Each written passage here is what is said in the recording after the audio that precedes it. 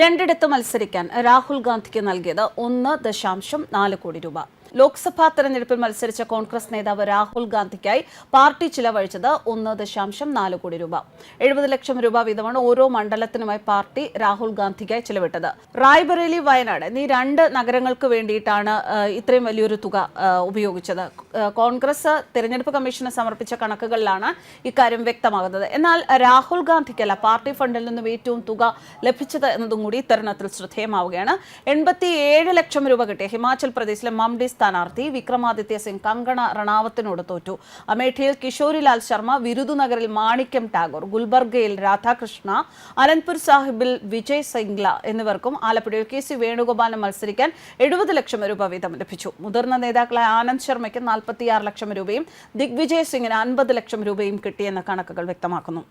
ഇതോടൊപ്പം ലോക്സഭാ തെരഞ്ഞെടുപ്പിലെ സ്ഥാനാർത്ഥികളിൽ CPM ഏറ്റവും കൂടുതൽ പണം നൽകിയത് മുകേഷ് MLAക്ക് എന്ന മറ്റൊരു റിപ്പോർട്ട്. 7 തവണകളിലായി 79 ലക്ഷം രൂപയാണ് മുകേഷിന് വേണ്ടി പാർട്ടി ചിലവഴിച്ചത്.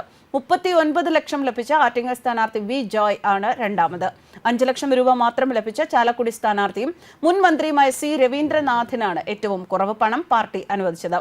കോട്ടയം സ്ഥാനാർത്ഥി തോമസ് ചാഴിക്കാടന് വേണ്ടി കേരള കോൺഗ്രസ് 76.74 ലക്ഷം രൂപയായിരുന്നു നൽകിയത്. ലോക്സഭാ തെരഞ്ഞെടുപ്പിൽ മത്സരിച്ച കോൺഗ്രസ് നേതാവ് രാഹുൽ ഗാന്ധിക്കായി പാർട്ടി ചിലവഴിച്ചത് 1.4 കോടി രൂപ. ഓരോ മണ്ഡലത്തിനുമായി പാർട്ടി രാഹുൽ ഗാന്ധിക്കായി ചിലവിട്ടത് 70 ലക്ഷം രൂപ. പാർട്ടി പലപ്പോഴും ഒരു സ്ഥാനാർത്ഥിയുടെ തെരഞ്ഞെടുപ്പ് പ്രചരണത്തിനു വേണ്ടിയും മറ്റു കാര്യങ്ങൾക്കും ഒക്കെ വേണ്ടി മണ്ഡലത്തിലേക്ക് ആവശ്യത്തിനാണ് ഈ കാശ് പലപ്പോഴും ചിലവാക്കുന്നത്.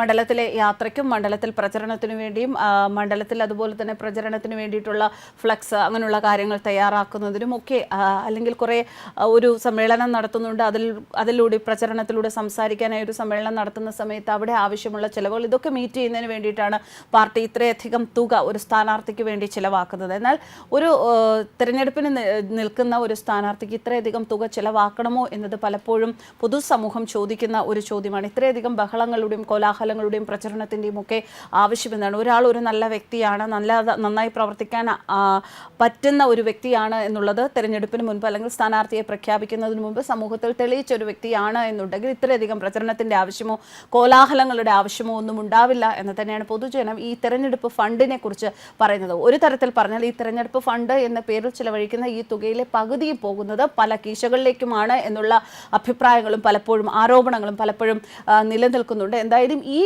തുക ഈ വെറുതെ ഈ ചിലവാക്കുന്ന തുക ഒരു പ്രഗത്ഭനായ അല്ലെങ്കിൽ ഒരു കഴിവുള്ള ഒരു വ്യക്തിയെ കണ്ടെത്തുക എന്നത് സാധ്യമാവുകയാണെങ്കിൽ ഈ തുക മറ്റു പല കാര്യങ്ങൾക്കും പാർട്ടിയുടെ പേരിൽ തന്നെ ഒരു മണ്ഡലത്തിലോ ജനങ്ങൾക്ക് വേണ്ടിയോ ചിലവാക്കാൻ സാധിക്കുന്നതാണല്ലോ എന്നുള്ള ചോദ്യങ്ങളും ഉയരുന്നുണ്ട്. എന്തായാലും പലപ്പോഴും പാർട്ടി ഫണ്ട് ഉണ്ടാക്കുന്നത് ഇത്തരം കാര്യങ്ങൾക്ക് വേണ്ടിയാണ് എന്നുള്ളതും നമുക്കൊരിക്കലും തള്ളിക്കളയാൻ പറ്റുന്ന കാര്യമല്ല. പക്ഷേ ഈ സിസ്റ്റം ഒക്കെ മാറേണ്ടിയിരിക്കുന്നു എന്നതാണ് ഇവിടെ ഇപ്പോൾ ചൂണ്ടിക്കാണിക്കാൻ ഉദ്ദേശിക്കുന്ന ഒരു സംഗതി. ഒരു ആളെ സ്ഥാനാർത്ഥിയായിട്ട് നിർത്തുമ്പോൾ അദ്ദേഹം എത്രത്തോളം ഏബിൾ ആണ് എന്ന് മനസ്സിലാക്കുകയും പ്രചരണത്തിന് വേണ്ടി ഒരുപാട് കാശ് ചെലവാക്കാത്ത രീതിയിലുള്ള ഒരു വ്യക്തി അല്ലെങ്കിൽ അങ്ങനെ ഉള്ള ജനസമ്മതിയുള്ള നേതാക്കന്മാരെ സൃഷ്ടിച്ചെടുക്കുകയും ഒക്കെയാണ് ഓരോ പാർട്ടിയും ചെയ്യേണ്ടത് എന്ന അഭിപ്രായം യങ്സ്റ്റേഴ്സിൻ്റെ ഇടയിൽ ധാരാളമായി ഉണ്ട്. പക്ഷേ എന്നാലും തെരഞ്ഞെടുപ്പ് വരുന്ന സമയത്ത് പ്രചരണ സമയത്ത് ഒരു കാശും ചിലവാക്കാതിരിക്കാൻ പറ്റില്ല എന്നുള്ളത് ശരി തന്നെയാണ്, ചിലവാക്കേണ്ടി വരും. പക്ഷേ ഭീമമായ തുക ഒരു സ്ഥാനാർത്ഥിയുടെ പേരിൽ ചിലവാക്കുക എന്നത് ഒരിക്കലും അക്സെപ്റ്റ് ചെയ്യാനുള്ളതോ അല്ലെങ്കിൽ അത് തിരുത്തേണ്ട ഒരു സംഗതിയാണ് എന്ന് തന്നെയാണ്